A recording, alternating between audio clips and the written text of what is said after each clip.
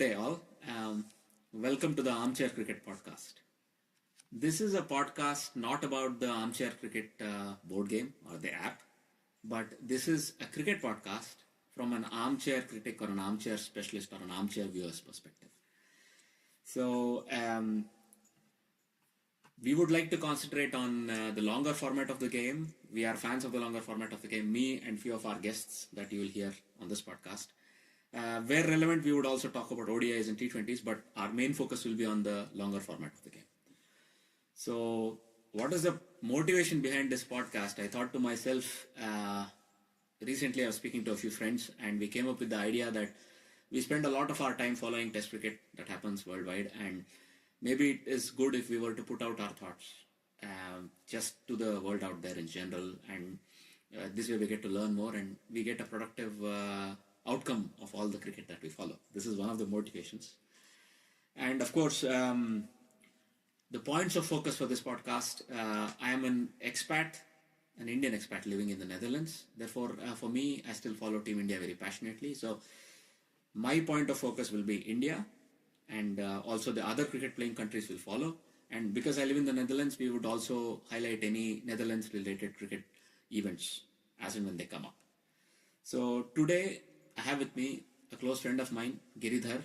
I'll probably call him Giri throughout the podcast. So welcome, Giri. Welcome to the podcast. Thank you, Ajit. Well, I thought you mentioned your name, but maybe I'm mistaken. I don't think you mentioned your name. So let me introduce you, my friend, Ajit. I've known Ajit for over a decade now. Whenever we catch up, we end up speaking a lot about cricket, and which is a game we love. We hold that game very close to our heart. So the discussions that we have every other day is about cricket, as like I said, and then so Ajit. When I spoke to Ajit last time, he mentioned that he had an idea about recording these discussions in the form of a podcast. He has many other friends who also follow cricket very closely. So I'm supposed to be the guinea pig. So let's see how it goes. Like Ajit said, I know him for quite a while. I also follow Team India and its cricket closely, as much as I can, as much as my time allows. I also am a huge fan of Test cricket, the purest form of cricket. So I'm a bit of a purist, so if you hear me talk more about fast bowling or a spinner who takes who bowls long spells and how I appreciate their effort, you really know that I'm talking about something that I love. So without further ado, I think this is enough of a description, so we can get started. So Ajit, the stage is yours. Thank you. So we usually structure our discussions in such a way that we first talk about the ongoing matches or series. Then we would look at other cricketing world news. So jumping right in, the first thing we would like to discuss is India versus Australia test series currently going on down under. So we are in the third test. The series is tied 1-1. And we are recording this on the just before the last day of the third test at Melbourne. The Boxing Day test begins. So the first thing is, just as a summary of what's going on, India batted first and scored 443 for 7, and then Australia scored 151 in their first innings. Captain Virat Kohli did not choose to enforce a follow-on. He chose to instead bat on so that his bowlers get a respite and the pitch deteriorates in the meantime. So batting third, India scored 106 for 8 declared, setting a target of 399 for Australia. So when the Australia started the fourth day, or when they started their innings on the fourth day, we were not sure if the match would go into the fifth day. So here, Australia closed the fourth day at 258 for 8. This is a very good effort from them in the fourth innings. So there were a lot of very good contributions right down the order. Khwaja made 33, Marsh 44, and Head 34. Payne made 26, and the most important contribution was Patrick Cummins, who not only took 6 wickets in the Indian second innings, but also followed it up with this wonderful knock of 61 just in 103 balls, which effectively means even though they're 8 down, they push India into the 5th day of the game, and they give themselves a chance of maybe saving the test and taking it to a decider in Sydney, which is the upcoming test next week. So this is sort of highlight of what has gone on. But if you were to dig a bit deeper, so Giri, what is the expected result for the third test, do you think? Well, I have to admit, it has been a strong performance by India, but Australia did fight back today, or yesterday, and Pat Cummins is holding his hand very strong, so I think he's going to pose a challenge. And we also have some other factors such as the weather. We have some precipitation expectation. I don't know how much it's going to rain during the day.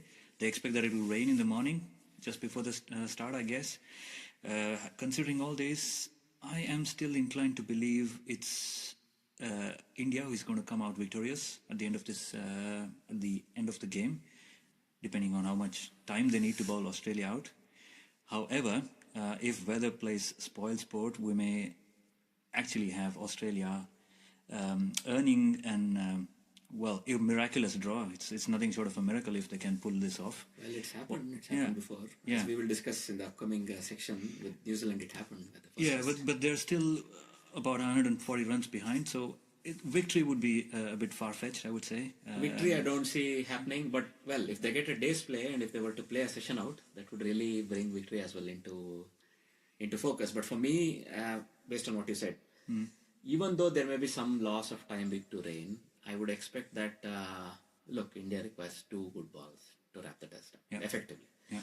And I'm considering this, what you say, Pat Cummins has been playing very stoically. But if he's dismissed, that would be the end of that. The rest of the order, the remaining batsmen would fall very quickly. That was probably Hazelwood. He's not a really good exponent against spin. So, but if you were to look at the major performers in this test, so of course Cheteshwar Pujara, the first innings 100, now is so much more in focus, 106 out of 319 balls. I think he crossed his 100 only after, with about 280 balls. That was his slowest 100. But is that so? The impact of this 100 is now more and more obvious. I was very surprised. I remember on the second morning, him and Kohli started, and Kohli scored 22 runs on the 4th session of the test. On the morning session of the second day, Kohli only managed to score 22 runs, which I think is quite unexpected considering the kind of stroke in about player he is. 25, 26 overs, right? Exactly. Oh, that's, But now I see where it is going on, where it has led to. So the other thing is, of course, the other main performer for me is... But I have to mention something at this point, because at the end of his innings, I think at the end of the second day, when I think the Australian commentators, one of them did an interview of Cheteshwar Pujara, he mentioned it's not an easy wicket to bat on. And people were wondering if India were really slow in scoring their runs, just to make the bowlers, Australian bowlers, spend a lot of time on the field, tire them out. It helps. It helps. But Cheteshwar Pujara did mention this. It's not an easy wicket to bat on. So I guess his assessment was quite good. I mean, quite good, to be honest. Yes. It may have become better yesterday. Maybe Indian bowlers were also a bit tired because they couldn't keep up the intensity for a complete 3 sessions yesterday. So, but then again, continue with what you were saying. I forgot what you were saying. I would say I agree with you that in this case, I think Pujara got it right when he said India had enough runs in the bank to wrap this match up. It has been proven that this might very well be the case. Yeah. And also, let's not take away anything from the Indian bowlers. Yeah. My personal opinion, Indian bowlers have bowled much better than the Australian counterparts in this entire series. Yeah. If the loss in the second test was purely due to let's say the collapse the Indian batting suffered in the second innings. Otherwise, I think it would still be very competitive. I still think Strauss had something to do with the Perth test. Agreed. Yeah. Go ahead. You're saying. And also, I think there was a mistake in fielding 4 fast bowlers. They needed a variation. Yeah. As much as I like Umesh Yadav and let's say the nature of his performance that he can bring you wickets out of nowhere because of his sharpness, I would say Jadeja would have been a much better bowler. Yeah. Ashwin was out injured. This is good, but Jadeja, I think he's shown his impact in this test match. Exactly. Yeah. He's held one end up, and he bowls into the rough, and Australia have a lot of left-handers. Exactly. So he's made a huge difference this time around. This is very good because they have a lot of fast bowlers who bowl over the wicket, and that creates a rough for a left-hander outside his off stump. This is good.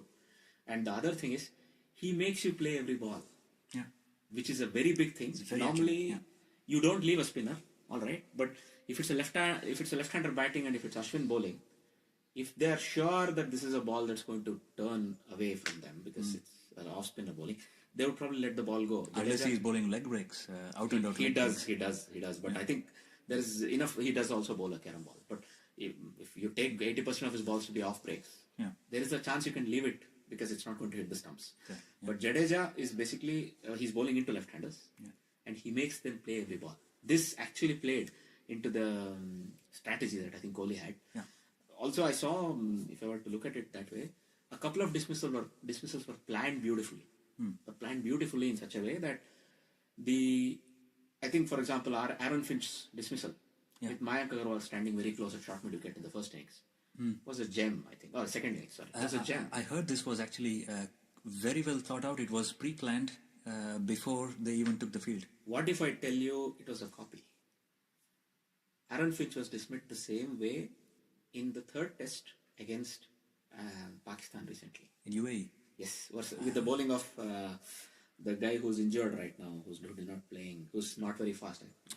Mohammad, what's that guy? Abbas. Mohammad Abbas. This guy, they planned that he should be dismissed in such a way where he's caught either at silly mid-on or short mid-wicket, whatever you call it, that region. And this guy bowls in the corridor. And he bowled a ball on the stumps and then Finch played into mid-wicket's hands? He flicked it straight into just wide of mid-wicket. It's not an easy catch. So I see this captaincy now coming through from Kohli and management team that supports him. So they've done so much of analysis. That's something to be... And you know, I think we spoke about this earlier. Finch likes to feel the ball on the bat. So he's a guy who likes to have a touch. Exactly. He's a touch player, so... no, but Lakshman was a touch player. So was Sehwag. They didn't believe in letting balls go. They would rather block it, you know. But then, I think, just to talk about it a bit more, I think Finch does not belong at number 1. He belongs at number 5, number 4. Because he's good at counter-attacking. He's more of a middle-order batsman. He's not really good at the new ball. He would play the new ball for sure.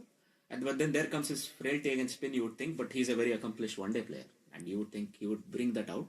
And with a slightly older ball, 20 or 40-year-old ball, I think he's much more effective. And if anything, I heard the radio commentators yesterday talking about this a bit more. I hear either ABC Grandstand or something. I rather listen to Test cricket. I'm a bigger fan of listening rather than viewing. But at this point in time, what I heard, one of the things that Jim Maxwell, a very seasoned radio commentator, said is, it would make sense if Khwaja has opened before for Australia. Yeah. Promote Khwaja to open, drop Aaron Finch down the order, right? And if required, I would say, let Sean Marsh bat at 3. He has done this before. So do this change and this will help the existing lineup. The other thing is to bring in a new batter, right? But bring in probably, I don't see Peter Handscomb has done enough to come back already. But maybe there are a couple of openers that are knocking on Australian Test cricket. What happened to this guy, this left-hander? I forgot his name. Matt Renshaw.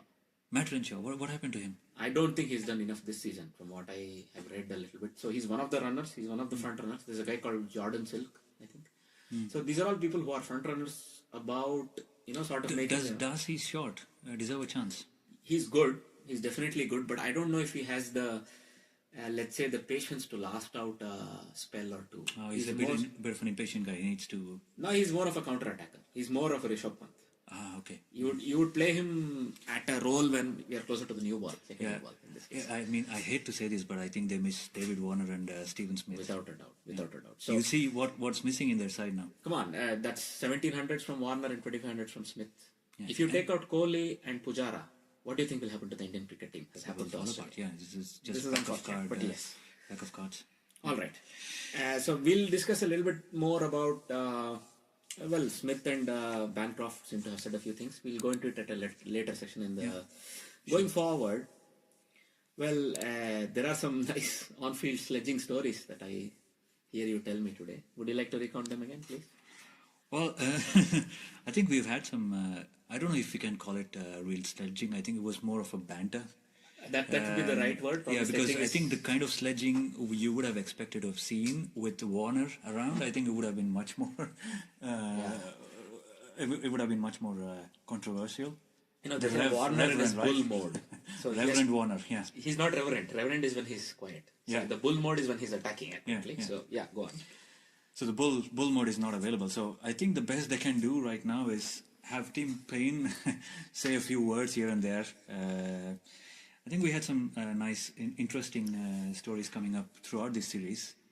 They had a small altercation between Tim Payne and Virat Kohli, I think, during the Perth test. This is good. They almost clashed. I think there was a body clash or something, or just short of it maybe. Yeah.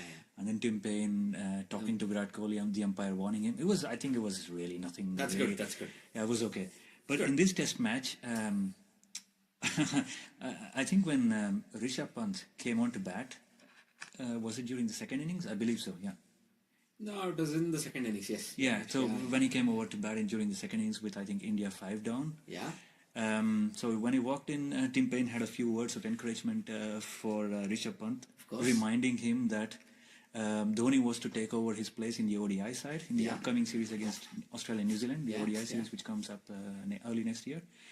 And he also reminded him that there would be a spot in the Hobart Hurricanes, the T20 team. That's very generous for a batsman, and Rishabh Pant, knowing that he's an attacker, it would be a nice addition to their side. So he was basically trying to sell that team to Rishabh Pant. And he even mentioned something on a personal note, I believe. So he said, Hobart is a nice town. I can provide you some accommodation over there, some apartment. And maybe if you're good at babysitting, you can look after my kids, and me and my wife will go watch a movie. This is nice banter. I love this. So and it should be at this level. There's nothing personal side, and a point is being made here. Yeah. There's a little bit of a taunt, that your place is under threat in the ODI team.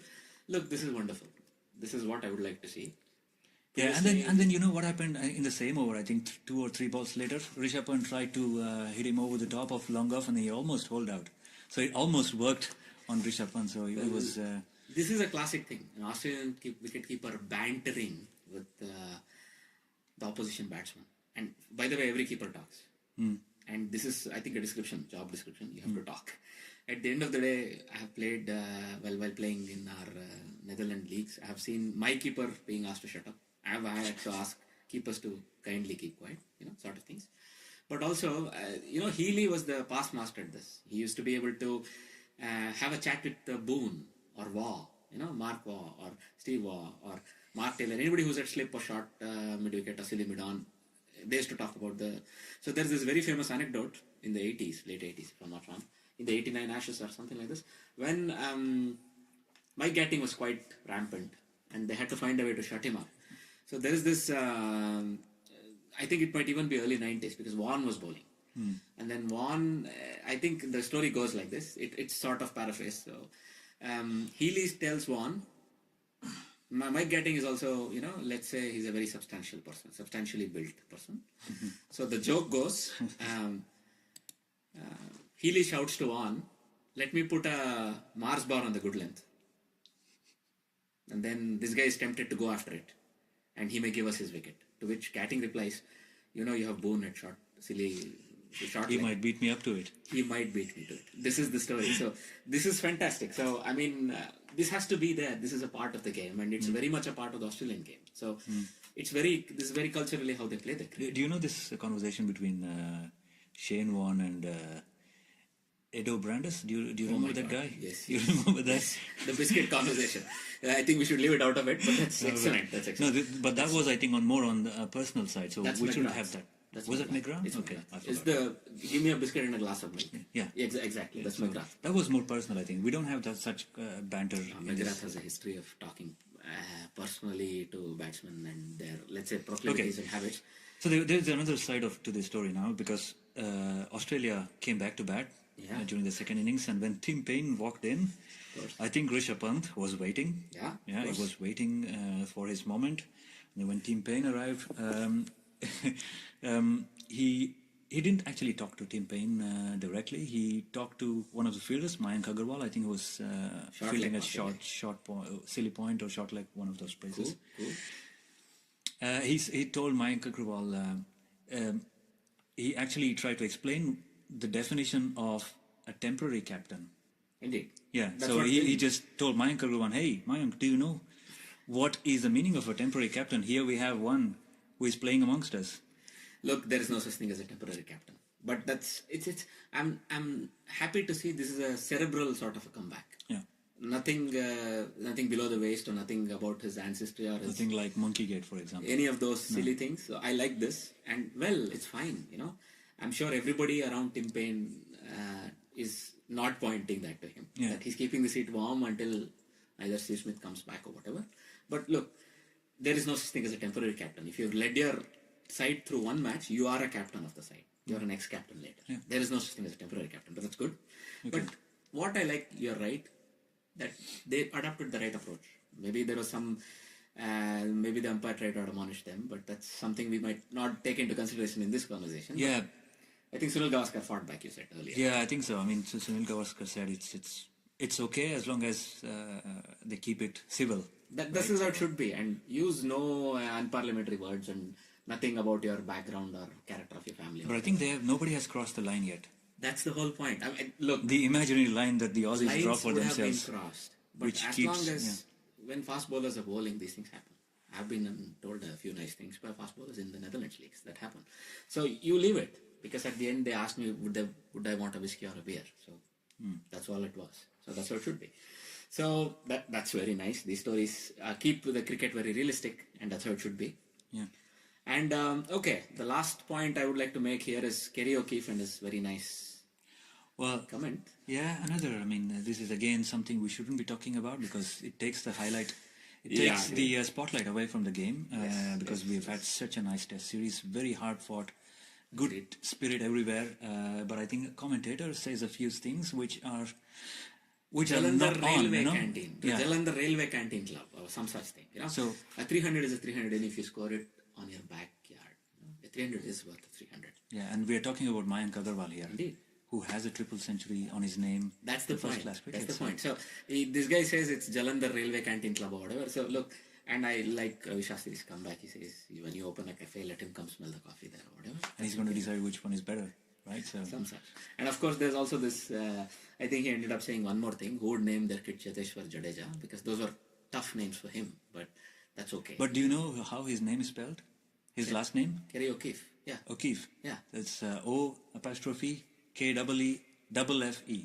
Oh, would you expect double F there? No, that's a single F, but okay. No. It's an interesting it is story. double F. Maybe he went to one of those Indian numerologists. It's highly possible, yeah. But at the end of the day, that's an Irish name, and they have a few. No, but you cannot comment on those things, right? I mean, you can't pronounce a name properly. That's not. Call him C. Pujara if you will. Whatever. Yeah. Ravinder J. Whatever, Ravinder J. Fine. So that's okay. I mean, look. They always. But he has apologized, by the way. He has apologized for the Mayank Agarwal thing. Of course he would. And his co-commentators, I think they also spoke to him about it. So I think. Look, there are lines even commentators have, right? You remember what happened with Dean Jones when he called Amla something unacceptable. Yeah, that's not good. And he almost nearly lost his commentating career, right? Yeah. So that's okay. I mean, but look, I always believe Australia uses their media as one of the, let's say, modes of attack. Yeah, mind games, right. That's good. That's not a problem. All right, that was a good wrap about. So where do you see the series going? No, just wait. So I still think it's 85% India winning and 15% of any other result, be it an Australian win or a draw. So this is the test number 3. This is test number 3. What about this match? Yeah. Let's say India wins. It goes to plan. India wins. What do you see happening on SCG? Whether Ashwin and Jadeja should play together? Do you think? This is one change that has to happen. Yeah, SCG is traditionally a spinner's track, so unless it's not rained. Unless it has rained a lot. Then if it has, it will hold together better, they say. But go on. Yeah, but Ashwin has to be fit. I'm really if he isn't fit and wants to play 2 spinners, then Kuldeep Yadav has to come in. Agreed. So you said 2 spinners. Yeah, Kuldeep Yadav and Jadeja. Who goes out from the team then? Who would, let's say Ashwin? Oh, it's a very, very difficult question because we have very good fast bowlers, 3 of them. Yeah. So we have Shami, Ishant Sharma, and Bumrah. Bumrah is You not don't going. see Bumrah. Come Bumrah, on. and I think I would leave out Ishant. Precisely. That will be my thought as well. Because That's he's more bit of a harsh. hit the deck bowler, and then SCG, I don't know if it's if has lot of It bounce. helps because I think Stuart, all these people who played for Australia a while back just came out of the Sydney cricket ground from there. Same sort of hit the ground or hit the length sort of bowlers. But look, for me, it's unfortunate. You can't drop Bumrah. He's taken 8, by the way, and I'm really hoping he gets the other 2 wickets tomorrow morning quickly so that he gets to 10 for. He's never had a first class 10 for is what I read. Right? He deserves that this match. And if you look at it, Ishant is the odd man out. Shami brings something more. He's faster. He's very good in second innings, and he reverse swings the ball. Old ball. Yeah. So he's very good at cleaning up the tail. Precisely. So then what? But you'd have to include Hardik Pandya, and then I'm not too sure about that. just as a third seamer, I think Kohli likes the cushion of 3 seamers, 2 spinners and 2 Then seamers. he has to leave out Vihari. Exactly. That was the other change I was going to talk to you. And Mayank will stay, do you think? Mayank will stay. I don't think. Look, the way I look at. Then who's going Mayank's to open? performance, Who is going to open? Rohit Sharma. Rohit This is my Okay. point. So Rohit has played well. He has experience playing the new ball. My team for SCG, given Ashwin is fit, would be the following. Vihari would go out of the team and Ashwin would replace him. Ishant Sharma would go out of the team and Hardik Pandya will replace him. Okay. So you have shortened by your batsman by 1, but you have got 2 all-rounders in.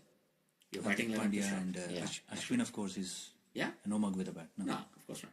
So then what you have is, then you need, look, the way... Do you see Cheteshwar Pujara opening the batting? That could be the other one. So I would say what should happen, what will happen. What should happen, Sharma should open, Rohit Sharma. Okay, the team constitution should be this. What will happen, probably Chet Pujara will be asked to open as a stopgap.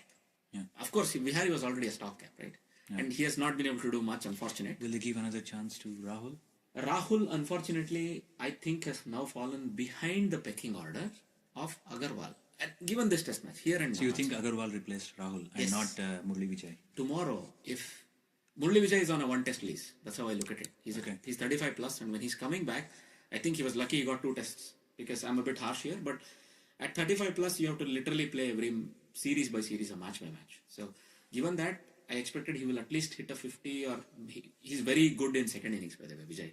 And so is Rahul. Unfortunately, neither of them clicked. In a matter of 8 innings together, they had made 100 runs. That was bad, right? So now in the pecking order of Indian openers in tests, this is how I see it. Prithvi Shaw, Agarwal. Yeah. Prithvi Shaw is the coming man. I don't see anybody really. So it has to be anyone else other than Prithvi Shaw. He's going to be there, but it has to be between Rahul, Mayank Agarwal, and then who else? Who else do we have? I think Rahul. So it will be Mayank Agarwal, Prithvi Shaw, first choice openers. Now that he's out injured in this test match, it will be Agarwal with either Che Pujara or Rohit Sharma. Yeah. Okay. So this is what I expect the team composition to be, because Kohli likes the 3-seamer, let's say, cushion and 2 spinners. And by the way, Ashwin's efficiency, in my opinion, always increases when there is a Jadeja at the other end. A person who's keeping the run rate down by making the batsman play every ball. And then you have this tightened situation, and that's when I have felt, I bowl occasionally in the leagues here. So I have felt when there's a bowler on the other end who's trying to keep the ball in a same place on a kerchief, as they say, and keep you playing in the same area, they tend to attack the other side, which is me, or in this case it would be Ashwin in the real world out there. And then Ashwin will become more effective, even on SCG pitches. This is my personal opinion. They hunt in pairs. They hunt in pairs, exactly. Well done. So this is sort of... so what's going to happen in SCG then? I would say... What's your prediction? For Unless this one weather first, intervenes. for the one at... I agree with you about the first one. Now, test number 3, yes, India should take it. Even a good half an hour is all we need. India needs. And the second one, I would say, I would back India to take the series 3-1. Going into this series, I think they were afraid if Australia won 4-0, India would forfeit their world number 1 position in tests. Now that's far out of it. Invincible now. They will not only retain the border Gavaskar trophy, they'll win it outright. They'll not just retain it, they'll win it. This is my prediction. SCG is also known sometimes to keep a bit low and slow on second and third days. If Australia win the toss and bat, they may bat India out of the game altogether. In that case, it may change. So if Australia win the toss and let's say all whatever we discovered does not go through well, or we talked earlier, then Australia may be forced to reinvent. India may be forced to reinvent, but I have the belief they have enough depth to save the test take the series to home. So I'm backing India to win the Border Gavaskar Trophy from here. This is my prediction. Okay. What about you? Last test? It's going to be tough, I think. It's going to be tough.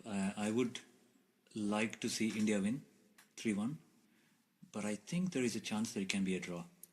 If it's a draw, it's good as long as India take the third test. I'm happy. I know we are all biased in favor of India, but I think it's going to be very nice. It's been a very hard-fought series, so looking forward to how it pans out in the new year after this one, of course. So, all right, yeah, that's good. All right, now let's go to the other cricket that's happening around the world. I think we spent a bit more time on the India series, but that's meant to be. It's good. So now, do you know that something happened in the last half an hour when we were talking? No. Sri Lanka were bowled out. Oh God! So they lost 4 in just wickets. 3 overs. Within 3 overs. Was it Trent Bolt again? I am just having a look at the scorecard. Let me see.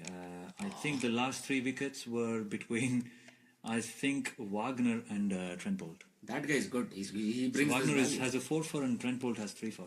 Perfect. So, you know what? Let's go to this one because you brought this up. My plan was to discuss. I couldn't resist because they just finished it up now and then. You've done well. Yeah, this is good. This is great. So, effectively, now we are going to talk like this.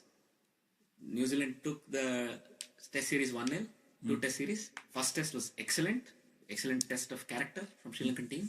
They came back very well.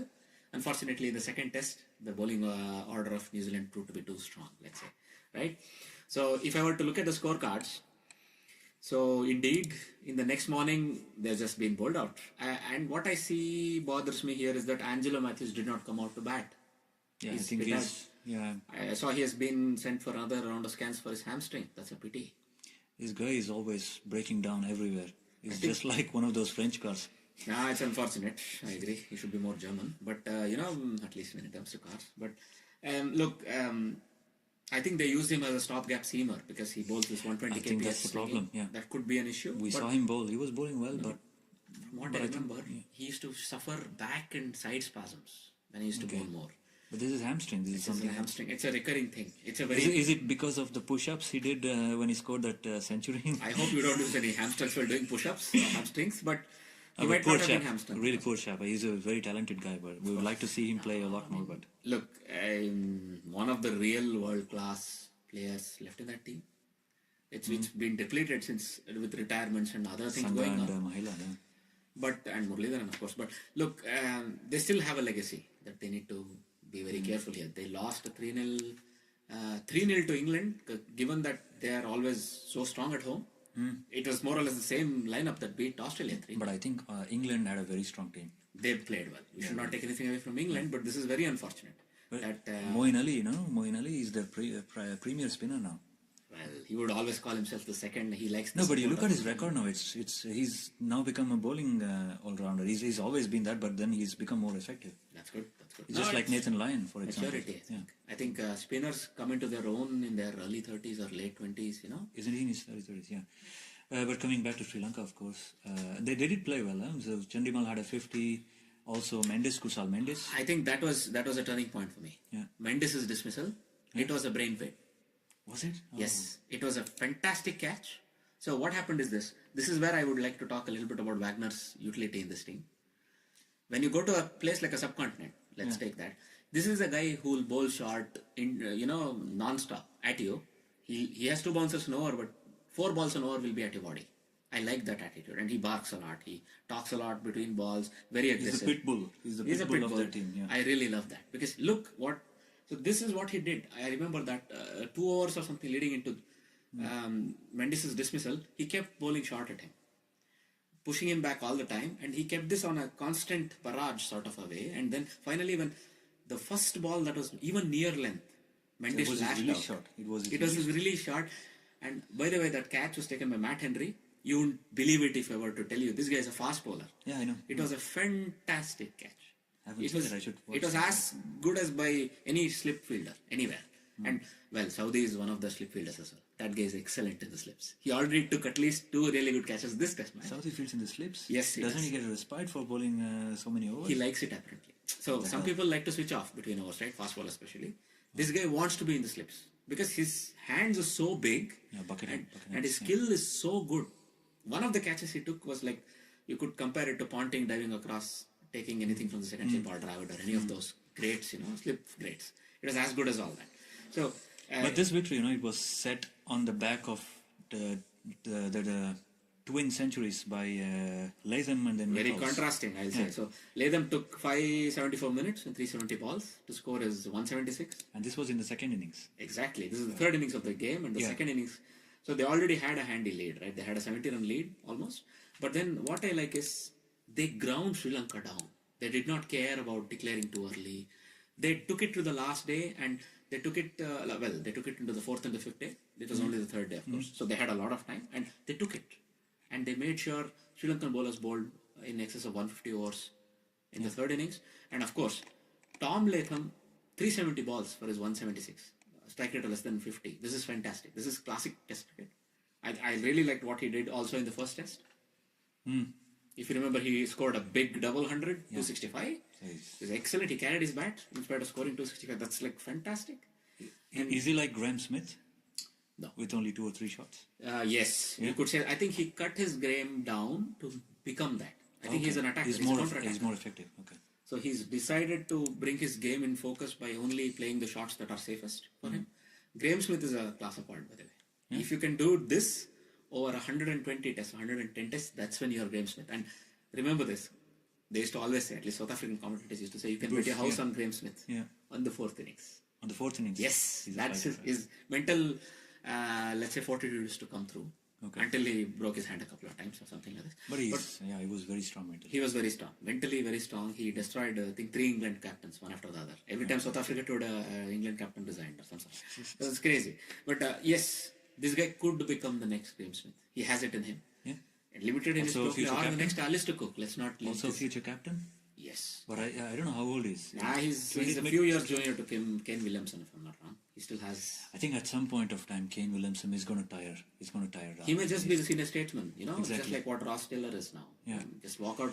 That guy is a real genius, though. Oh, man. Yeah. I mean, I would like to point you out to that awesome article Osman Samiuddin wrote about on the decisive test in Abu Dhabi, if I'm not wrong, and how Kane Williamson on the 4th day took charge and took New Zealand to a point where they were going to either win the test or it would be a draw. His team would not have to worry facing defeat. This guy won single-handedly, played such a great innings on a turning pitch, on a cracking Asian pitch against Yasir Shah, who was in his pomp, who had already taken almost 10 wickets in that match. And then Osman Samiuddin says he made it look like an inevitability. This is fantastic. And that guy is genius. Nobody, I think the most underrated You would genius. expect Kane William to score a century in those conditions, given the situation. The way he began, he says, you could see it'll end in 100. It'll not end in 30 or 40. And out of those 4 people, I think Kohli is streets ahead still in terms of his practice. Natural ability as well. And most all-round batsman is Kohli, probably. Yeah. The best test batsman is Steven Smith. He's still, in my opinion, 1 leg above Kohli in tests. Yes, Steven Smith, I think, yeah. We'll see what he does once he comes back. Why do you say so? What's the main reason? What is the differentiating factor? He's a bit more, let's say he's a bit more unpredictable because his technique is a bit... So they can't execute their plans, the bowlers. Yes. Kohli is very traditional that way, right? Steven Smith is not. He touches, 70 he's parts of his fidgety. body. Yeah, he's always fidgety. Yeah. But also, because of the way he plays, his stance, Yeah. that is different. You have to work that through into your plan as well. And he has different scoring areas compared to Kohli. Kohli is our traditional scoring area. And he has a high backlift, right? So He's a very high backlift. But for me, it's what is in his head, I think. He's stronger mentally at this point in time in his career in tests than Kohli. let's see what happens when he comes back. Exactly. Whether he's broken, No, I hope not. He's broken. Because it would be a loss to Test cricket. No. Look, he didn't average 60 from nothing. He was a number 8 that started bowling spin, if you remember. Yeah. And now he's averaging 60 plus in tests. For me, he's a better test match batsman. Joe Root is number 3. And then comes Kane Williamson. This is how the world treats. This may have to be revised simply because of the genius of that guy, Kane Williamson. This is the whole point I was trying to make because Kohli is the best all-round. Do you think he's better than Martin Crowe? Yes. Kane Williamson? Yes. He was their best, right? Martin Crowe was their best ever. Yes, Yeah. for sure. And for me, I would even dare, if I were to offend any Kiwi by saying this, Ross Taylor is going to be better than Martin Crowe, not just in numbers, but also in terms of results by the time he ends his career. But Kane Williamson will be 1 street ahead of Ross Taylor. This guy is certified world class, according to me.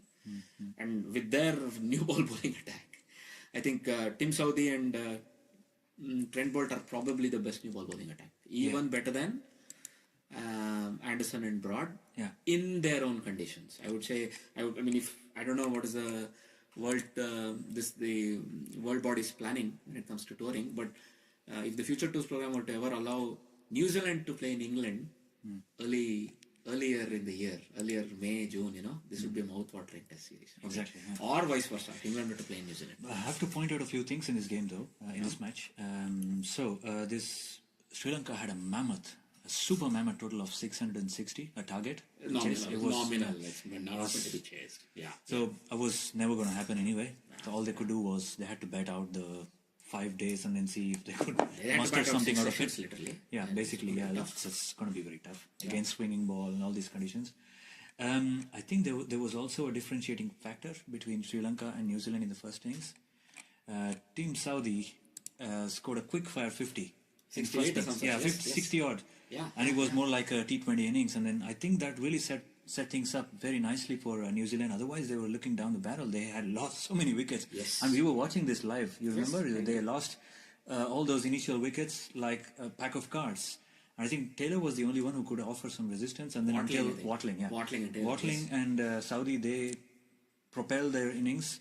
I think if you took out their scores, I think they would be 100 runs short, and they would be Sri Lanka would have an upper hand. But then spare a thought for Suranga Lakmal. He bowled beautifully. He had a fifer in the first innings. So it was very good. And I just noticed that because of his all-round performance, Team Southee was named man of the match.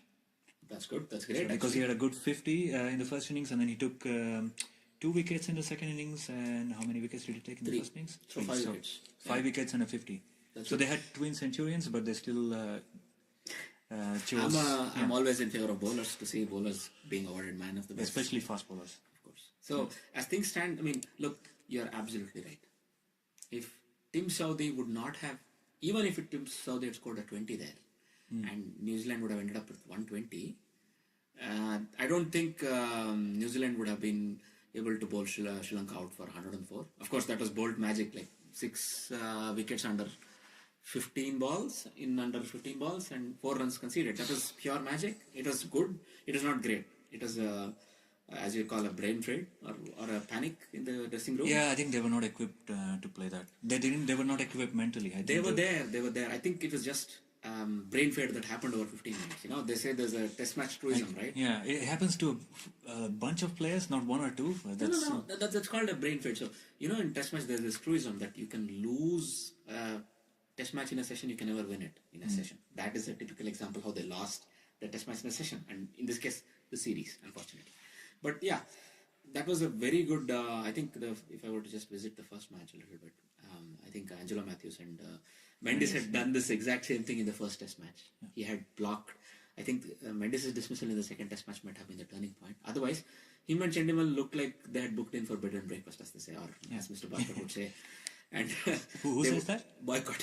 He says book in for bed and then breakfast tomorrow. I'm not going anywhere. So, that's very good.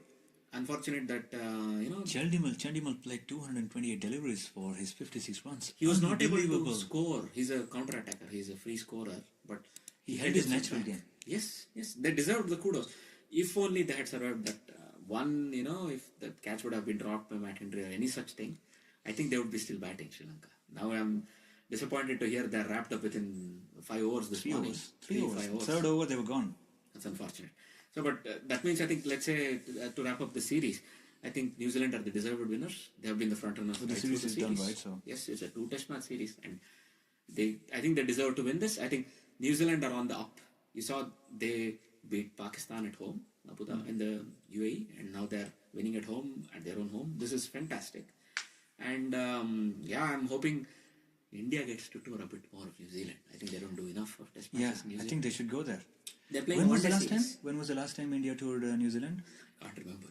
The one I remember is from 2003, I think, just before the World Cup. No. That was way back when. I think they've gone at least twice after that. If you remember, I was talking earlier about Brendan McCullum's 100, the triple 100. Oh, yeah, of course, yeah. But they have done one more tour after that. But I would like to see the Indian team also challenge themselves a bit more. Maybe in the next FTP, maybe in 2020 when they're going, maybe 2020 early or 2019 late, maybe they should go to New Zealand. That would be fantastic. They So go should to play South a Africa. boxing test match over there. I think there are some financial considerations on why There's not money coming back.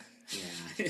Well, it would be good for their cricket though. I mean, Nah, they can also learn how to play against swimming ball. Somebody like Rishabh Pant. If you are the world number one team, and if you have the kind of clout Indian Cricket Board carries these days, it would behoove them to sort of go play in New Zealand and show that they are also bosses in those conditions. Yeah, you're number one. Why wouldn't you want to challenge it yourself in the best conditions? I mean, This is worst something- conditions. Yeah, we need to park it. Okay, That's right. I think, because this is a longer discussion. Now, the third series that are ongoing right now is Pakistan versus South Africa. I would like to tell you I support Pakistan team when India is not playing. That is my second favorite Asian team, let's say. It's a pity that they lost the test match. I thought the test match was set up more or less well towards the end of the first set of innings. So I think it was good the way Pakistan bowled and they challenged South Africa really in a very strong way. Even though they scored only 181 in the first innings, they were able to keep South Africa down to 223. This is not something that ballooned out to 300 or 400. That they were able to manage a lead of 40s, right? Right, yeah. It's unfortunate the way their second innings unfolded. I think Shan Masood played well and Imam ul Haq.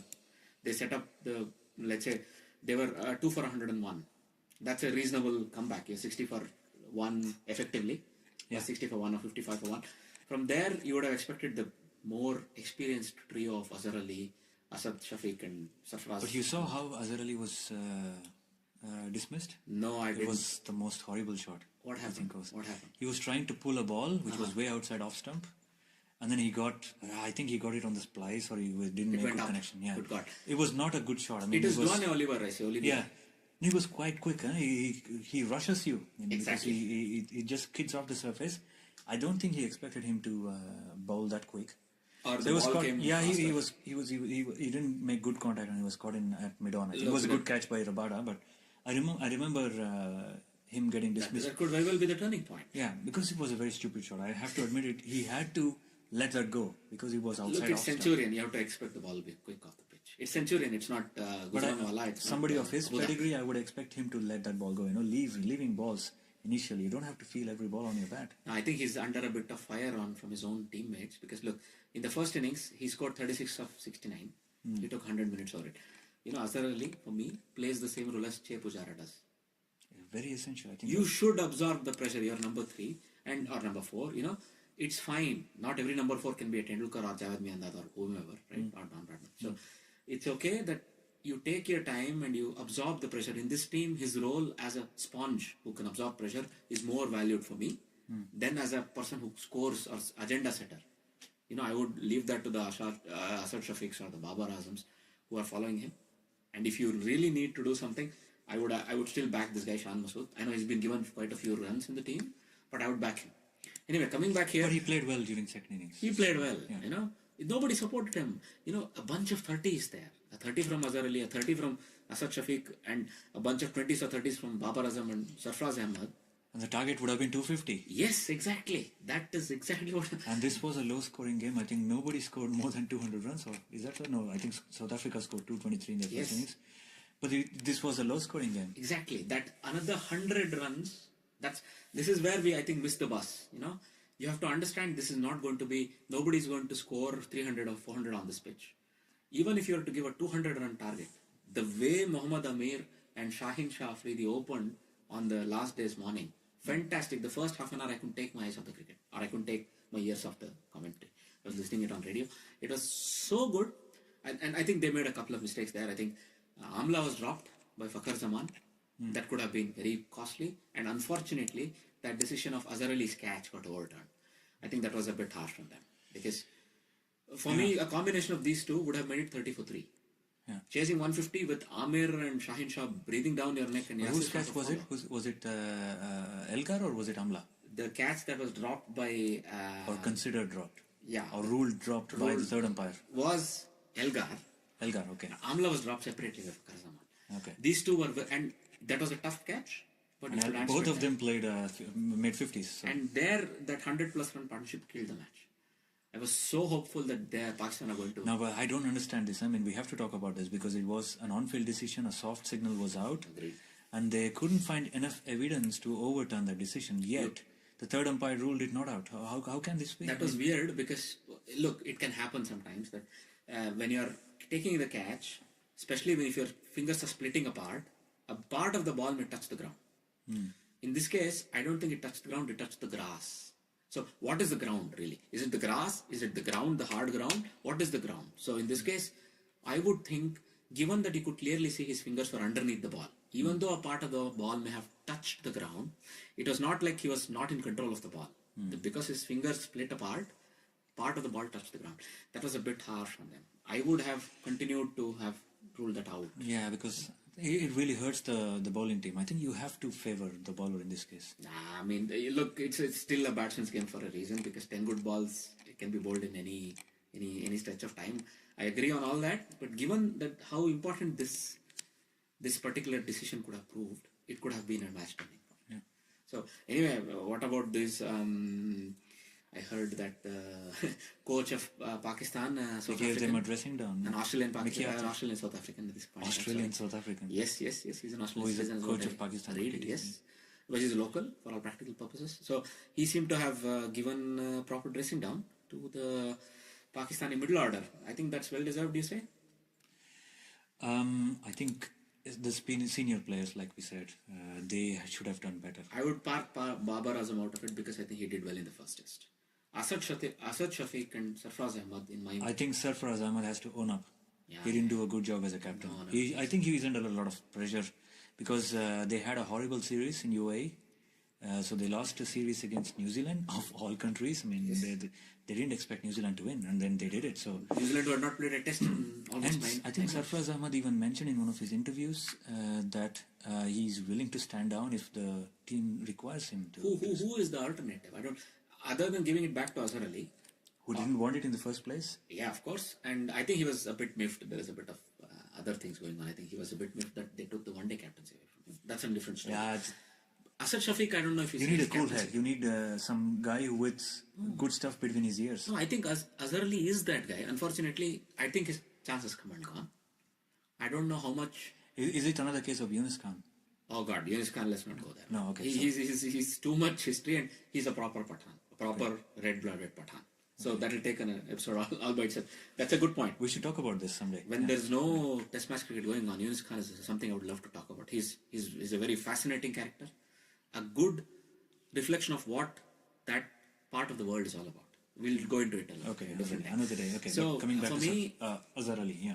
I think maybe Azhar Ali's chances come and gone, unfortunately. Should they give a chance to Babar Azam? It's too early in his test career. Same with Shan Masood. So I don't see any viable alternatives unless Asad Shafiq has done any captaincy in his career so far. I have not followed it. Maybe then he can still be asked. But my claim is his position in the team is a bit shaky at this point in time. For somebody who's played 65 tests, he's not able to hold up the sort of numbers or the critical innings. Okay, let me ask you my question in this way. I mean, does Pakistan as a team, as a captain, do they need a strategist or a tactician, or do they need somebody like a fatherly figure, like we had Inzamam ul Haq, or who was the other guy? Imran Khan. That's Imran the Khan, right approach. Yeah, Imran Khan or Wasim Akram, the senior guys. Is it more like expectation from the younger crop of players who expect a senior guy to be the captain? So even if you have a captain who is a younger guy, will a senior player follow his strategy and all these things? So I think, or does ego come in between there? Good question. Long one, but I think you've summarized it well. So because for me, yes, they are now a more professional outfit. We've all heard stories of Pakistani teams being having a lot of groupism or there being a lot of egos in the dressing room. Groups within teams, yeah. All these things. But now they are more professionally drilled down. What I like, if anything Mickey Arthur has brought into the team is a sense of accountability and professionalism. So going forward, you would expect, look, what Misbah was able to achieve. This was a father figure and a strategist to a limited amount. He was still a father figure, right? He was uncle to most of the people in the team, really. He played till he was 41 or 42. 42, yeah. And he was good enough. Let's not. And so was Age is just a number. Exactly, he proved it. So look, you require another Misbah-ul Haq at this stage. Nobody else can save the team right now, because for me, that sort of calmness, I don't care if there is another Misbah-like guy who's 35. They should bring him in, you say? They should bring him into this team. It's a left field call. It's not a traditional call. It's something you're doing out of the blue. But they have had such success stories. And Misbah-ul Haq himself was brought back into the team as a stabilizing influence, right? And he was 34 when he made his way back to the test team? Does not matter. And there are strong people out there. They don't care. Age is, as you said, a number for them. So, do you have anybody who has 7-8 years of captaincy experience? Can you bring this guy back? Otherwise, I don't see any viable alternatives in this team. Right? Fakhar Zaman can be the captain, but I don't know if he has any. Again, Fakhar Zaman, Babar Azam, and Shan Masood are 3 people who are up and coming. I think they still need a couple of years. I would say give them at least 2 more series. Babar Azam could be the captain after 2 more series if he has any captaincy experience. But I think Shan Masood has this, he's 29. I think he has this age also on his side, and he has enough experience being in and out of the team. He's played county cricket, he's played this, that. He could be an option, right? So a few things you could think of. But for me, really, you need a father figure. Somebody who's sort of... authoritative. Somebody who can lead by example, but is wise enough in age that he sort of parks ego on the side. Twist their ear and then pull him aside and then have a word. I don't see it happening. I think there's a lot of calls for Mickey Arthur getting... fired? Sacked, yes. Really? Yes, of That course. would be sad, I think. I listen to a few Pakistani cricket analyst shows. So one is Caught Behind. It's the Game On Hai that is done outside of the studios by the same people, Rashid Latif and Noman Niaz. They are the people who do it, and they do it in a... Oh, he's the video. doctor guy. Yes, the doctor Noman Niaz. He's very knowledgeable, he's very good, and he has a very strong opinion about Pakistani cricket. I think he's the right sort of person. He's very there. passionate about it. And they hold a Caught Behind. It's a 20-minute, 17-18 minute thing that's on YouTube right now. Caught Behind. It's nice. In that, they're already calling for his head. But I would say, if possible, can you give Mickey Arthur 6 more months? So I think his tenure ends at the end of World Cup, like many coaches. Can you give him 6 more months? More importantly, first of all, can you stop yourself from firing him already at the end of the South Africa series? Yeah, I shouldn't even talk about it. That's my opinion, that don't touch the setup until World Cup. If at all, give him a 6-month extension, because you don't have another father figure in that dressing room. Exactly. Sarfraz is keeping the bench warm because he himself has to pick himself up. Look, this might be a lease of life for Sarfraz because there's nobody else there. Sarfraz, I believe, can be the father figure. He has the nous. He has a actually designated survivor. He could be the designated survivor. But I don't care. But either he picks his game up. Otherwise, I don't know of many keepers knocking. I don't want to say this, but I would like to draw a comparison between Sarfraz Ahmad, I think. Sarfraz Ahmad was from the 70s. Yeah. Yes. Sarfraz Ahmad and Tim Payne. Yes. Look, Tim Payne is a much more stable character, and I think his glove work is more pure for me. Yeah, okay. And he was always recognized as not a great batsman. He was not a batsman in Gilchrist mold. He was not. He was an adequate test match keeper because his glove work was excellent. Yeah. And of course, he had enough captaincy experience, right? He was right there. Okay, because he has experience. So the stories goes, by the way, to quickly say, Tim Payne was about to give up cricket 1 year before he became the captain of the Australian team. Literally. Because he did not see a way back for him. And he was no spring chicken. He's in his 30s, if I'm not wrong, right? Yeah, early 30s. Mid-30s, yeah. So, yes, for me, it's a reasonable comparison, but I think Sarfraz inherited a much more younger and a fresher team. Let's not forget Sarfraz won them the Champions Trophy. Yeah, I did, yeah. Let's not forget that Sarfraz has won a couple of series at home, at UAE, right? And look, they've done okay. The only thing is, in the test matches, their results are a bit lacking. So I would say, for now, if possible, let Sarfraz do the job, back him to the core, and the professionalism and the accountability that Mickey Arthur is trying to install should be allowed to run its course. I think Misbah already started it with Mickey Arthur. I would like this to see through. Even Waqar Nisbet had a wonderful job as a coach, second stint, I would say. I would like them to see it through. One point that we, I think, missed in all this is we spoke a lot about Pakistan. We missed 2 important points from South Africa. Yeah, exactly. Yeah. Dale Steyn. We so much focused on Pakistan. Yeah, we forgot. I told you I like the team very much. Let's not go there. So, in this case, Dale Steyn's resurgence. Did you see his spells? No, not really. Good God. He was bowling 140 plus. Okay. That Steyn of old. You know, the rapier. Venom back. Yes, I really like what I saw. Even if it's short-lived, even if it's a 6-month thing until the end of the World Cup, or whatever you call it. Did we see the chainsaw back? Yeah, I don't remember the chainsaw. I don't think I saw every one of his celebrations. Okay. I did not see him take a wicket, but I saw some spells or I heard, I should say. And I saw he was 140 plus on the TV. This is excellent news. Make the most of him. I don't see him making much more than 500 wickets. I think in a year and a half or year, his body might break down again. He's 34, 35. Yeah, he's the greatest South African fast bowler now. He's overtaken Sean Pollock, which was no mean feat, given that. I think you were saying he's something. done it in less time, right? Of so course. Less number of He's an attacking matches. weapon, right? He's a wicket taker out. And I think he was stuck on 400 wickets for about 41 months. So that's more than 3 years. That's what I read on Cricinfo, to be honest. Yeah, that's quite something. So he took 41 months to get 22 wickets. I think there was one abortive comeback, and this is a good comeback. Yeah. I'm really happy. Because but you know something, before the series, I saw him play a couple of county games in England because I think he was doing his rehabilitation as well as getting up to speed. And when I saw him bowl, I don't know which county he played, but I saw a couple of his overs, and then I saw him bowl, and then he was bowling early 130s. Yeah. He was not really as fast. I think he was just letting his body come back to him. It's I think 35.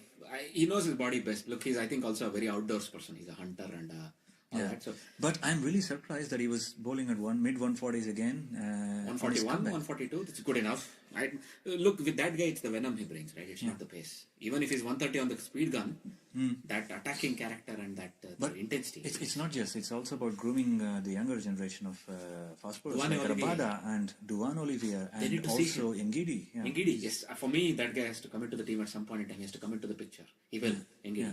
So they need this mentor. I think if he plays alongside them for another 1 year at least, then South Africa's bowling attack is going to be, This is a good... mouth-watering. Yeah, prospect. Of course. Yeah. Look, they both, Pakistan and South Africa, apparently grow fast bowlers on trees or whatever.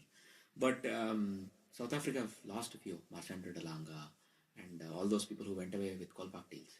They can't afford to lose any more of those. I don't care about the color of the skin. No.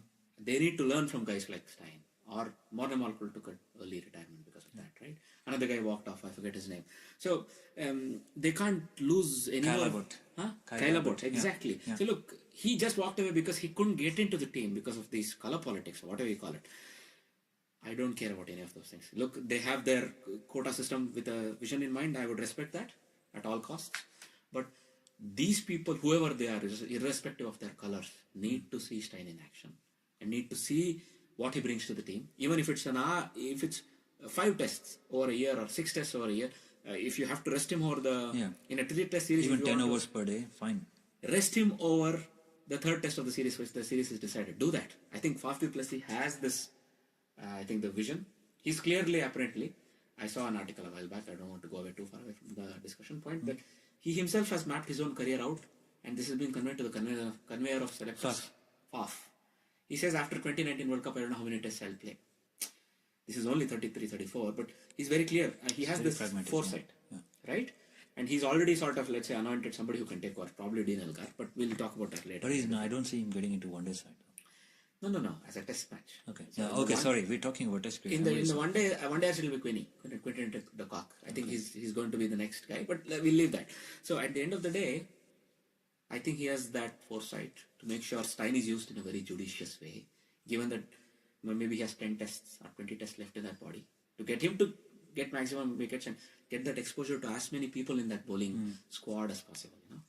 I would like to see Steyn play 100 test matches. Me too, man. I would like to see a lot of things. Will that happen? That would be great. No, but fast bowlers, I think 100 is a bit of a stretch. They do. These days with the Kallis played 160. But he was not really an out-and-out fast bowler, was he? All right. But Donald didn't. Yeah, you're right, probably. Yeah. Mitchell Johnson didn't. You're right. No, they only play like 80 test matches, I think, max. Those great West Indian quartet, I think they're all 60s, averaging 60s. 60 number of tests. Because that's all you have as a good fast bowler, right? I think that's what, just to take it away for a minute, I think Bumrah may play no more than 35 to 50 tests for India. With all the biomechanics involved in the way he bowls, he may not have that longevity that many other bowlers bring. Let's not go too far away from Steyn, but the other point I wanted to talk about is Hashim Amla. Yeah, he's back. Man, Ash is back. In the second innings, I was so happy to see that ballet footwork, The old Hashim Amla, the wrists and the foot, where the ball travels to the boundary so effortlessly off his bat. I'm really hoping this is a resurgence. I don't want him going away. It's the same story as Steyn. I don't want him going away. No, I think he's just had a dip. He'll be back. It was a 10 tests dip, 10-12 tests dip where he was averaging 23. So it started during the Indian tour then? Even before that. Even before. So the point is, this guy was purely running on fumes. I really hope he gets a second, third, fifth, I don't care what number of win. And I really hope he's able to go another 5 to 8 tests. If you remove Amla out of that innings, out of that lineup, I don't see a banker in that lineup there. Amla is your banker. Dean Elgar is gritty. Yeah, what about Markram? Markram is really good, but he's not... He has not played well this match, test match. No, look, I'll bring another point. He's an opener anyway, so... I'll bring another point about openers just shortly, but let me finish this point. Because Amla needs to grind out another 10 to 12 tests. We need Amla, or South Africa needs Amla for another 10 to 12 tests, same as Steyn. We need one more person who steps in. It could be Relay Rosa has walked out. I don't know who is the next coming guy into the middle order. Bauma is good. Kaya Zondo. Also good. Kaya Zondo is more of a one-day guy, if I'm not wrong. Okay. I don't know who's the next. Teonis de Brown, he's a banker. He's somebody who can play another banker's role, Che Pujara's role for another 10 years down the line. The only thing is, he needs few more tests. That's where Amla comes in, where he shows him his work ethic, his thinking process, and sort of transfers that working knowledge. Yeah, just like Dravid and Pujara had. It happens. It has to happen, I would say. So the same thing for me for both people, Steyn as well as Amla. They have this crucial role to perform when it comes to handing over to the next generation. That hardcore thinking that they missed when Smith walked away. There was nobody to learn from him. No, I think it was also a bit unexpected. His body was breaking down, I think. So you're right. That's unfortunate. But for me, that grudging over my dead body attitude that Smith brought into that team, he literally dragged them by holding them by the collar as far as... Let's not forget, he became captain of the team when he was 21. He ended a few careers. I think Kallinen's career was ushered out and Klusner was never allowed to play. But look, that happens in professional sport. Klusner's legacy is sealed, so is Kallinen's, I would say. But anyway, at this point in time, if you were to wrap up the series, where do you see the series going? So it's a 3-test match series. And where is the next match at? Now this one was Centurion? I think they're going to Bloemfontein, if I'm not wrong. Bloemfontein, that's Sean Pollock's ground, right? Yes. Donald, I think. Donald's ground. At the end of the day, do you see Pakistan making a comeback? They need this Mohammad Abbas. Mohammad Abbas will come back probably into the picture next test match. So who do you Philander, is he coming back next match? It depends on him. I think you need a tough captain with Philander. I think we had a discussion off air. So he needs to be pushed a little, and he needs to get this. Some captain with a boot up his ass and saying, "Come on, man, I want you to go on the field. I need you to win matches for me. This is not working." He's a typical example. 50 tests, and he gives you 10 tests out of 10 tests a year. He's only playing 7 or 8 because of. Okay, so next one is at Bloemfontein. I'm still going to favor South Africa here. I think they are a better balanced side with Steyn. The question is this: playing at full throttle. Amir bowled wonderfully this test match. The intensity he brought back. This is the old Amir, not the 2011 Amir, but at least the Amir who came back into the test matches after 5 years. I would love this guy to do a bit more. He has everything. Shaheen Shah Afridi, everything I've seen is wonderful. That guy could be the next Akram. I'm touchwood. I hope I don't want to jinx it. He's wonderful. What's his pace like? Is he bowling at 140 plus? Wow. He's 70. I don't know where they find these people. I don't care. My God, he's bowling good, right? The only thing is he's nearly 7 foot tall, so he's going to bounce the hell out of you. 6'5", whatever. But I don't care. Yes, you're right. Yeah. Very high. Yeah. And then the other thing, and Hassan Ali bowled with a lot of heart. If Mohammad Abbas comes in, who goes out of the team? Yeah, that's a good question. Is it going to be 4 fast bowlers? I don't think so. I don't see them resting Yasir Shah. No. Yasir Shah probably has going to be then. It's going to be Shaheen Shah Afridi. Unfortunately, you're right. That's my opinion. Hassan Ali has this right-hander fast bowler, and that's his modus operandi. And then Shaheen Shah and Mohammad Amir are both left fast. So I would say this is the new guy. He goes out. But I think, do you see any tinkering with the rest of the team? Do you see something very drastic like Sarfraz himself dropping himself? The captains have done this. No, I don't see that happening. I don't think that's going to happen. What about the middle order? They got a dressing down, but do they retain their places? Asad Shafiq? It's still the first match. I think they deserve another chance, to be honest. I think I don't know. I don't know who the replacements are. So Babar Azam is okay. He'll play. Shan Masood will play, and Imam ul Haq. These are the three upcoming. Azhar Ali is a bit of a doubt. Do you think? Azhar Ali should play. His 36 in the first innings was still very crucial for me. Okay. Right. So Imam ul Haq will play. He's done good. He's done good. Last one. But he was hit on the lid, you remember? That's okay. I think he was a bit dazed. Look, the Marcus Harris, the Australian opener. He got hit twice by in Bumrah. each innings. Yes. So that's okay. That happens. And look, you have to come out of it. And Fakhar Zaman has a very crucial role for me. He can be the Sehwag. Yeah. If his mindset is good. Whatever these people are telling him, I don't know. You have to encourage the T20 player within him to come out. It doesn't matter which color clothing you're playing, whack the ball. Because this guy has this. He can take the match away from you in a session. Yeah. If he scores a quick 80. So he sets the day 10 matches and then say, do your best. We'll see. We'll look at it at the end of 10 matches. Can you do that though? I don't know. We'll have to see. With Pakistan, it's a bit difficult, I think. I really hope so. This is what Mickey Arthur brings to the team. He's a taskmaster here, very hard taskmaster. People like Sohail Khan lost his place in the team because he has not good in the last spell of the day. Wahab Riaz lost his place in the team. Should they bring in Omar Akmal? Good God, no. I don't think he's ready yet. No. That's the other thing. I'll just quickly round up. It's a waste of talent though. He was very good. You need a Yunus Khan or a Misbah ul Haq grooming Umar Akmal for half a season, half a domestic season. Umar Akmal does not get a say in anything. Yunus Khan says he does, or Misbah says he does. That's it. Take the choice out of his hands. Yes, you will see a different Umar Akmal. Because Misbah or Yunus have this both experience and the mental fortitude to fight through this. And Yunus has, by the way, asked to take into his own hand two people. One is Umar Akmal, I forget the other one. Ahmad Shahzad. The other meteoric star. Who is in a bit of a storm. Right, so. These both people, Yunus Khan has at some point in time asked PCB, can I take them into my palm or into my hand or under my mentorship? And I would like to see that their careers are not wasted. This is the right man. And I'm telling you, that's why he comes in. His mercurial Pathan nature, that's good. And genuinely good guy. Very good. If you ever listen to him speak, I mean, come on, I've heard enough interviews of this guy. I've heard him talk before matches, after matches. As an analyst, he's a bit, let's say, old school. And I think he's very devout. He's very spiritual. And that's a strength that he brings. Single-mindedness. I don't care if that means if you do namaz 5 times a day and if that gives you that kind of focus. This is something I told you about Amla as well. The peace he exudes. Dale Steyn said. I don't care how you get it. Yunus Khan has that with him. He would very much, being with him would very much benefit these two guys. Ahmad Shahzad and Umar Akmal. Let's stop that there, otherwise I'll go another half an hour. So for now, this is good. I think Bloemfontein, I still expect South Africa.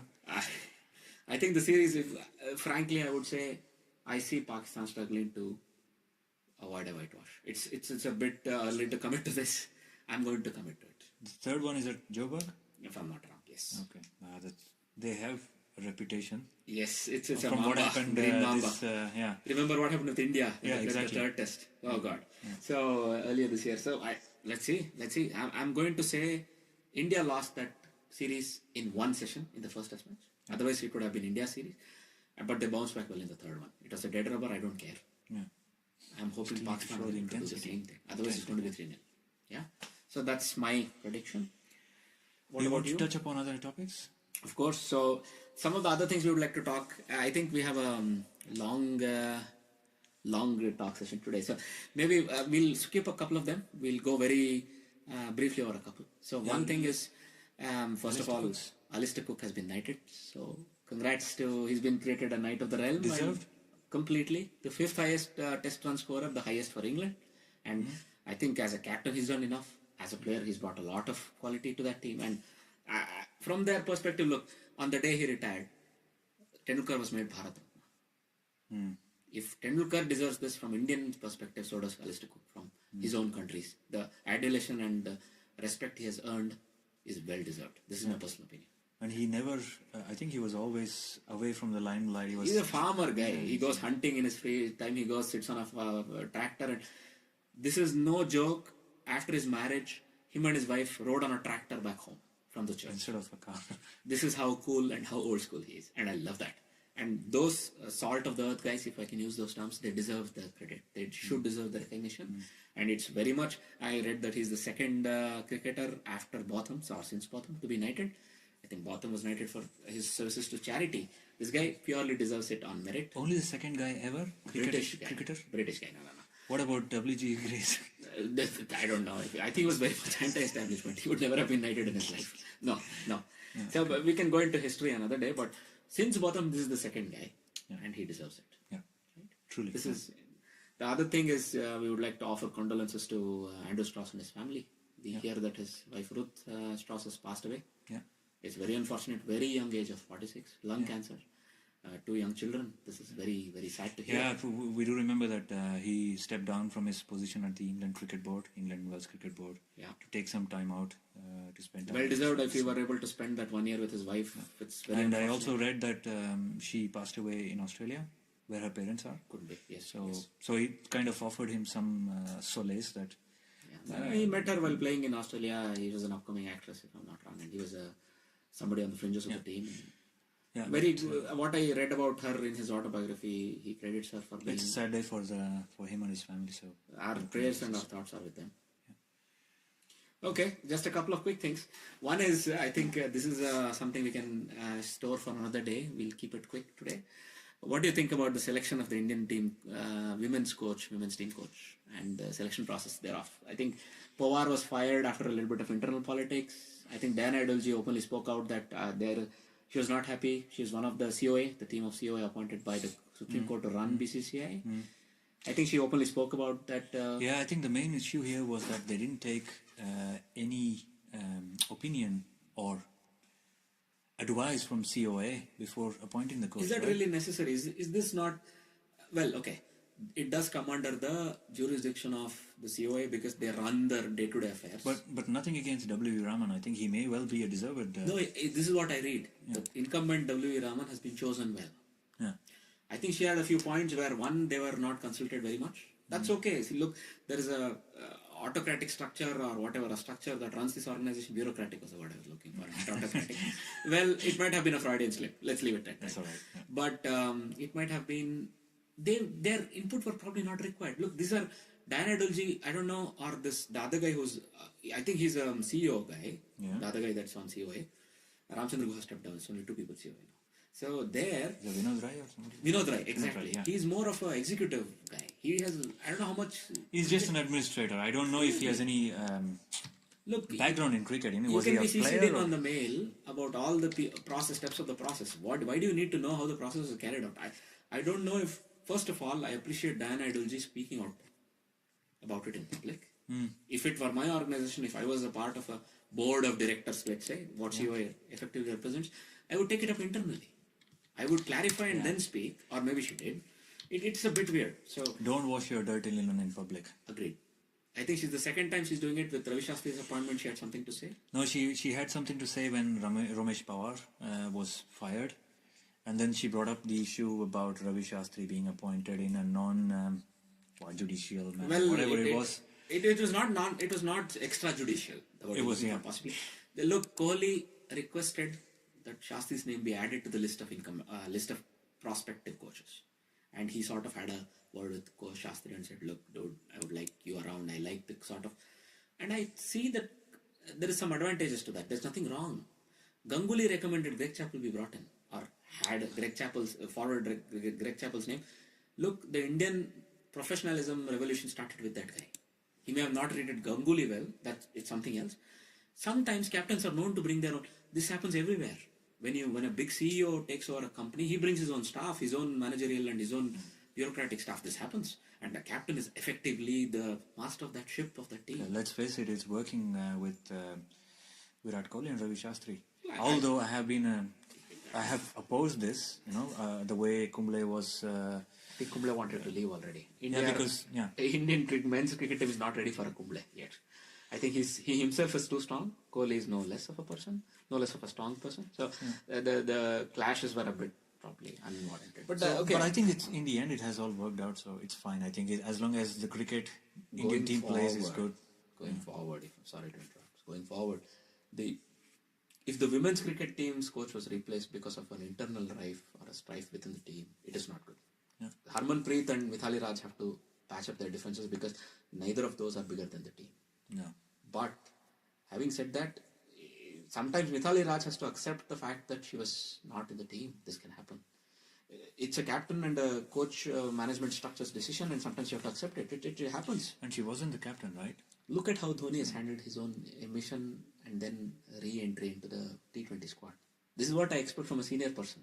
I have always respected Dhoni's nows. He steps away a few seconds before he's pushed. That's how you should be. And look at how silent he was in this entire process. He had nothing to say. Either his quality and his caliber. There are some people talking about it now that he didn't play domestic cricket. They would, and they have a point, of course. How can he walk right back in? Look, that's a different topic. I'm not even going to go there. I mean, just to bring a point. I mean, it's not always those about... people making that point is absolutely right. Yeah. He should have made himself available for one or two runs. But he has a responsibility. He has said it's not fair to be questioned like that. No, I think it is fair.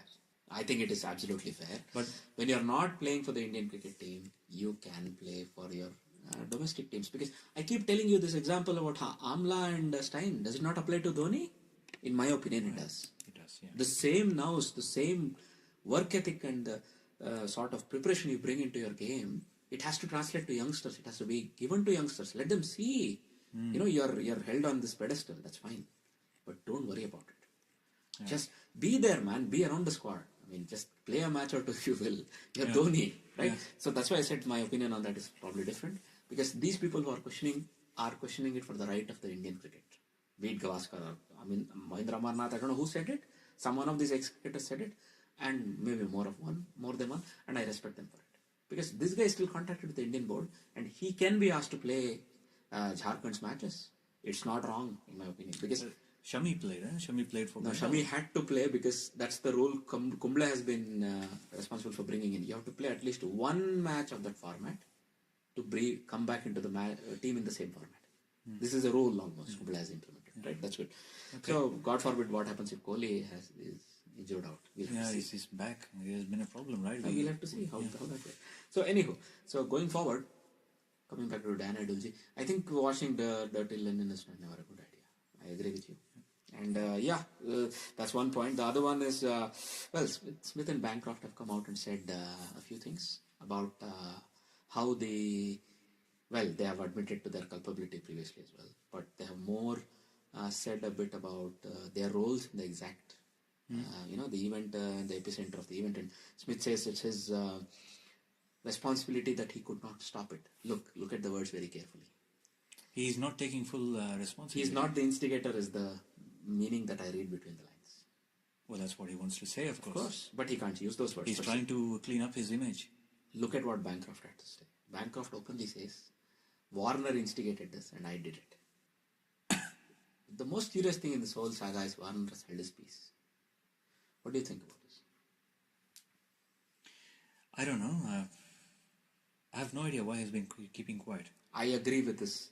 Is he playing anywhere in domestic cricket? Yes, he does. He plays for a T20 tournament abroad in Canada and everywhere else. But also in Australia, he's back playing the domestic, let's say the club scene. I think he's gone beyond that. He's put this whole episode behind him now, Warner. I don't think he wants to bring it up. That's the whole point. That would be the wisest thing because there is no winner here. Now, but if Smith and Bancroft are talking about this, and if Smith does make his way back into the team, there's going to be a bit of friction if Warner... that's the whole point. Yeah. Warner has the most to lose because in this whole... they sent a guy to do a accountability report or some such as soon as this happened. Yeah. By the time the next test was done, they had already interviewed these three people. And they came up with a report. None of us know it has never been made public, this report. It won't be, correct? If I'm not wrong, if I read between the lines, right, Warner is completely held responsible for this.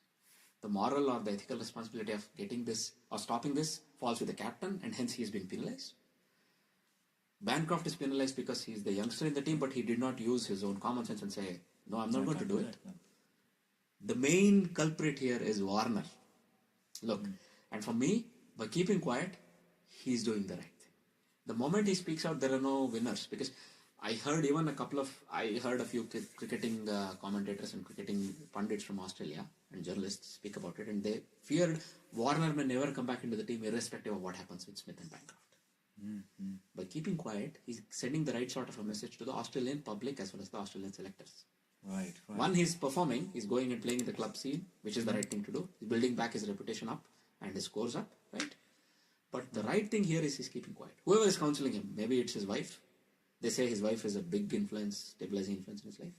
The guy who punched or tried to punch Ruth to who he is today, let's say, right? So, for me, this is a good approach. This is a good thing to do. This is my opinion. What do you think? We'll see it. We'll see what happens. I think maybe they will write. The story will come out. Yeah. So 15 years down the line. Yeah, If at all he comes back in an autobiography or a biography, it will be told. Maybe there will be books written just about this by each of those people. This is what I expect, right? That's how you cash out your career. But this is the end of it for me, that he's keeping quiet.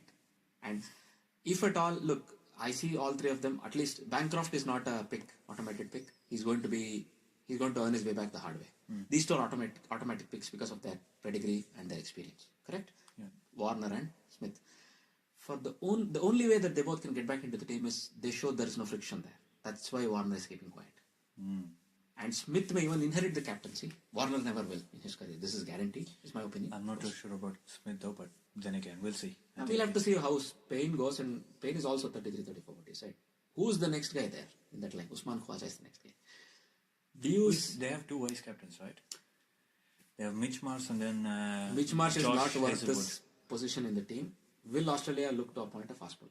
If they do, I'm the happiest. No, because fast bowlers always... When was the last fast bowling Australian cricket captain? I can't. You know. I don't, because I can't recall one. They always... I know there was one West Indian, of course. We had Courtney Walsh. No, West Indians are there, Indians are there, Pakistan is sure, right? Everywhere else in the world. England, Bob Willis, I think, was the last. Was it? Okay. Yes, if I'm not wrong. Was there ever a fast bowling captain? I don't remember. So, there is very rarely is what I'm going to say. They don't trust their fast bowlers to be captains. No, I think they have an issue with injuries. If they get injured, they have a long layoff, then who is going to take over the team, right? That's the other thing. So, batsmen count Batsman many or ways. wicket keeper, maybe. So, I would say Usman Khwaja could be my pick going, it's a dark horse. Literally and figuratively. Sorry about that. So, we'll have to see. But with the Warner saga, I would say I think I back Warner's decision to not talk about it. That's about it. Any other points you would like to discuss today? Yeah, Stephen Smith is playing in Bangladesh in their T20 league. I thought he got disqualified. No, I think they put him back. Reinstated him. Reinstated. I had not read this. I see. And to touch upon another point regarding the test match going on at MCG, I read that we have about 5 minutes before the start. Good God. Of day 5. All right. And there was drizzle moments ago. But the rain has stopped. But the rain has stopped and play will begin on time. Perfect. This is good news. Let's hope Indians are serious or are able to get a bit of luck, whatever it takes. The next 30 minutes, they wrap it up before the rain really strikes. Let's hope, because we are Indian fans. We've considered that earlier in the show. Okay. Good for the update. Thanks a lot. And thanks a lot for the chat, Kerry. It's been a wonderful experience. We'll have to see when this goes out. Likewise with me. I've never had a discussion about cricket for such a long duration. We've had it, believe me. But never on record. Not a dedicated session. Agreed. This. And it was more structured, I would say. I mean, we had some points to discuss, so we'll always come up with an agenda. Yes. Or you will, of course. It was all your idea. Let's see if we can do it once a week or once every fortnight. Thanks a lot for the chat. And thanks a lot for whoever that has taken a bit of time to listen to this. And if you're still listening before the end of the year, Happy New Year. Happy New Year, and have a prosperous 2019. Best wishes, and ta-da. Thank you. Thanks a lot, guys. That's it from the Armchair Cricket Podcast for now. Thanks, and listen to us again next time. Bye.